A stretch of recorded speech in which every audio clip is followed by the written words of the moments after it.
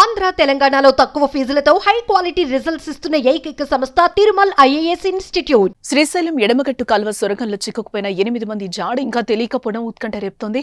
3 రోజులుగా సహాయక చర్యలు కొనసాగుతున్నాయి. కానీ ఆచూకీ దొరకపోవడంతో కుటుంబ సభ్యులు ఆందోళనకు గురవుతున్నారు. మరోవైపు సహాయక చర్యలు కూడా కఠిన పరిస్థితులు ఎదురవుతున్నాయి.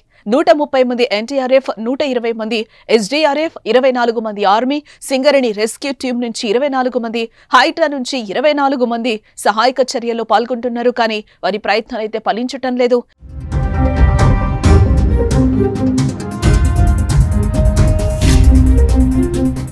సొరంగంలో దాదాపు 2.5 మీటర్ల నుంచి 3 మీటర్ల ఎత్తున బురద పేరుకుపోవటం, నిమిషానికి 3500 లీటర్ల వరకు ఊట నీరు వస్తూ ఉండటం, ప్రమాదం జరిగిన తర్వాత పేరుకుపోయిన నీరు నిల్వ ఉండడంతో సహాయక చర్యలకు తీవ్ర ఆటంకాలు ఎదురవుతున్నాయి.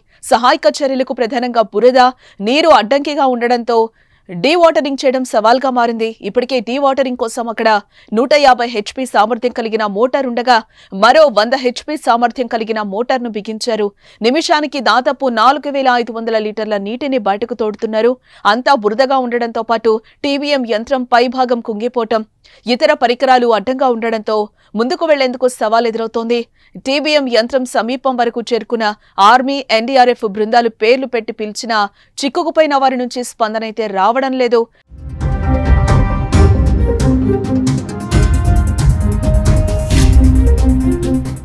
నేటి నుంచి నౌకాదళం సభ్యులు రంగంలోకి దిగుతున్నారు.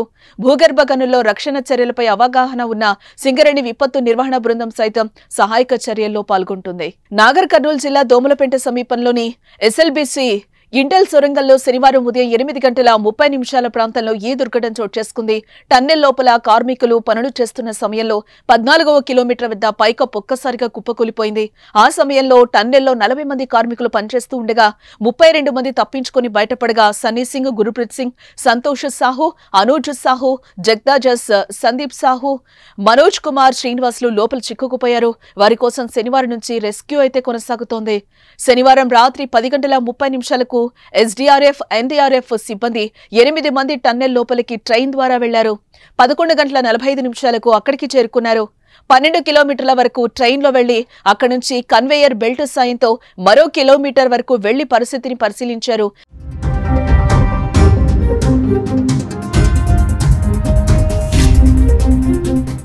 దాదాపు 300 మీటర్ల నుంచి 400 మీటర్ల వరకు మట్టి, సెగ్మెంట్ బ్లాకులు, ఐరన్ షీట్స్, టన్నెల్ సామగ్రి పేరుకుపోయినట్లు గుర్తించి రాత్రి 2:30 తిరిగొచ్చారు. అర్ధరాత్రి దాటాక 3 గంటలకు సింగరేణి, ఎన్డీఆర్ఎఫ్, ఎస్డీఆర్ఎఫ్ కు చెందిన దాదాపు 23 మంది టీం టన్నెల్ లోపలికి వెళ్లింది. వారు ఘటనా స్థలానికి దాదాపు 300 నుంచి 400 మీటర్ల దగ్గర వరకు వెళ్లారు.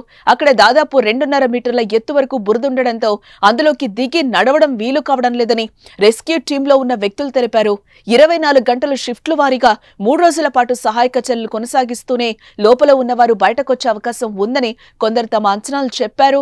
వారు ఆదివారం ఉదయం 9 గంటలకు తిరిగొచ్చారు. 10:30 గంటలకు ఆర్మీతో పాటు ఇతర సహాయక బృందాలు లోపలికి వెళ్లాయి. మధ్యాహ్నం 1 గంటకు మరో బృందం లోపలికి వెళ్లగా వారితో మంత్రి జూపల్లి కూడా లోపలికి వెళ్లి పరిశీలించారు. సాయంత్రం 6:40 మంత్రి జూపల్లి కృష్ణారావు టన్నెల్ నుంచి బయటకొచ్చారు.